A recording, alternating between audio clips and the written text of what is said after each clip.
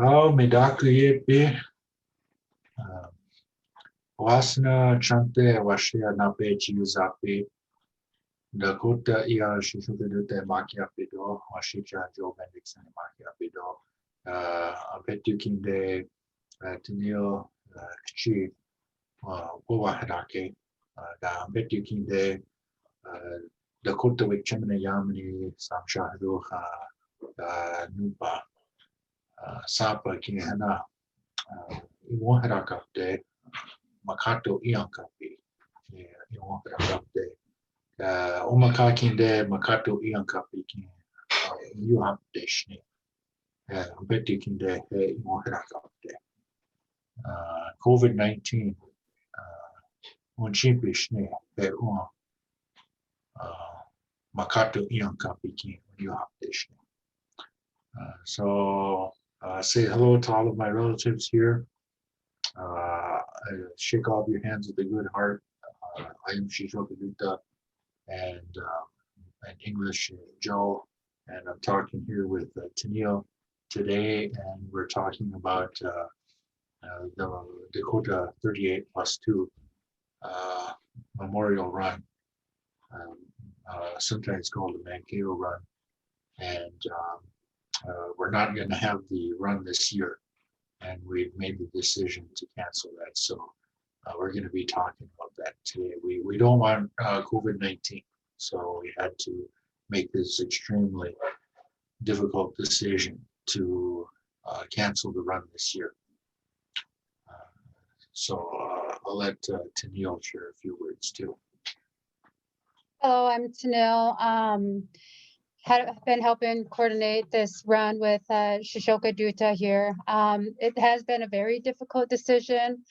I know Shishoka Duta has kind of reached out to the elders in the community and, been praying on it as well. So, we come to this decision, it is our responsibility to keep everybody safe, to help flatten the curve as much as possible and prevent any of our relatives from contracting this virus in such a large capacity and gathering. Our elders are vulnerable. As you all know, we have many elders that come to this Mankato run. We have young ones, toddlers, everyone of all ages. So we look at our relatives as, sacred beings, and this virus, it attacks no color. All of our people, everybody is pretty vulnerable to this. So just as a way to prevent our people from contracting this virus, again, we've made that difficult decision, and we just ask that, for understanding as to why this decision has been made. Ashe, and as she said that, we prayed about this, and we thought about it, and we consulted with our elders and spiritual leaders, and because of that, the decision was made to protect the people, and it wasn't just done any old way. It was done in a proper way with consultation to postpone this year's run. And, we're going to have the run again next year once we get through this COVID-19 and we come through the other side. We're going to be back next year. And so because of that, we conducted ourselves through prayer and consultation. We want to make sure that we're doing things in a proper way, because we have to look to the younger ones and see that, what are they seeing when they look at us? What do they see? And they see us making sure that we're doing things in a good way, that we're protecting the elders, that we're not doing things in a dangerous fashion. We're not heeding the advice of the experts that say don't gather in groups. Otherwise, you risk getting COVID-19. And one of our elders recently passed away, language speaker Danny Seaboy, and he contracted COVID-19. And other elders have gotten it too. And we would hate for any of our elders to get this.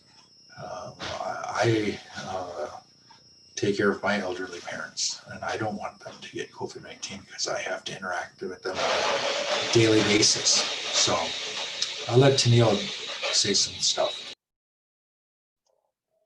So our main goal and focus again, like Shishoka Duta said, is just to protect our people, protect our elders, as much as possible. Protect, honor, and set a good example to the younger generation, the children, to protect our relatives again, our especially our runners, our supporters. Like you all know, the Dakota 38, the Mankato Run has a very large support group. There's at least 100, if not more, that attends these each year. Um, to honor, to honor our ancestors. Our ancestors fought for us to be here today, and we will be going against their sacrifice if we gather during these unprecedented times, to to keep our people living, to keep our people healthy, and to set a good example for our younger generation. And again, we can continue the spirituality side of this ceremony, this memorial run and responsibilities without compromising the health and safety of our relatives.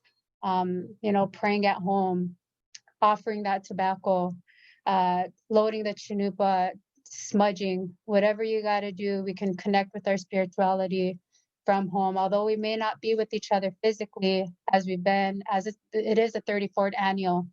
34 years this run has been going on. So this will be the first year that, we haven't gathered. But we look at it as a safety precaution, a way to, again, protect our people and to honor what our ancestors have fought for. And that's for us to be here today.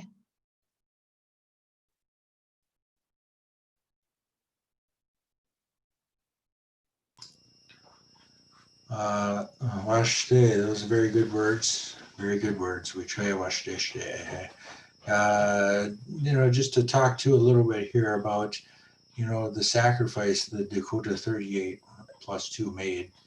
And when we think about that, we think about all the sacrifices all of our ancestors made. It's kind of the 38 stands for not just the 38, but all the people in the aftermath of the war of 1862 that fled to South Dakota, North Dakota, Canada.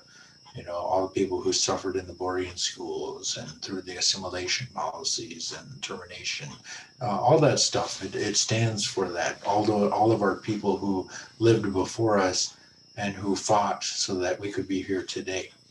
And we have to think, we lived through other pandemics, influenza, polio, smallpox. And at those times, our people took precautions too.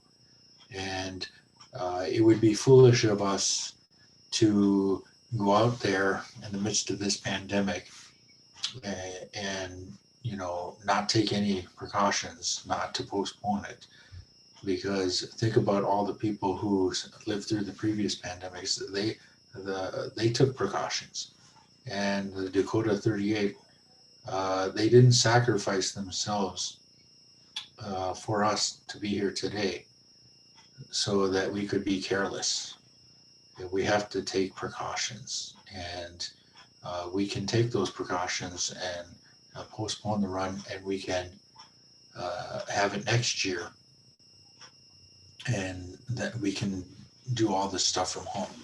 Like Tennille said, we can do all these things from home to honor the sacrifice those people made. And then I'll turn it back over to Tennille. Yeah, so to continue on, it's important we keep this tradition going and alive through our hearts, our mind, and through prayers, for the Dakota 38 plus 2 and the rest of our ancestors who have fought for us to be here today. We will continue that fight against COVID-19 by protecting ourselves, our community, and each other. This is the 34th annual. Again, the first year, although we won't be with each other physically this year, we can always connect spiritually with one another and to continue the ceremony, this prayer each year that we do on December 26th at 10 a.m.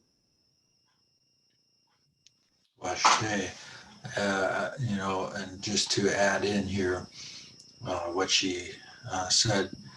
We can do this. We can pray from home, and if we believe in that, and we believe in what we're saying in those prayers, it will be very powerful, and we can still remember and honor all these people. And so it is really sad to me, though, on a personal note, that we are canceling this year, because I love going on the memorial run. I love being part of it. I love helping the people there. I love helping coordinate the run, and I know we both do. And so I'm sad because I won't get to see all of you. But on the other hand, it would be sadder to me if one of you caught COVID-19 and something bad happened and I couldn't see you next year. And so better to play it safe and be healthy. And next year we will see each other on this run. And so I just wanted to add that in as a little personal note.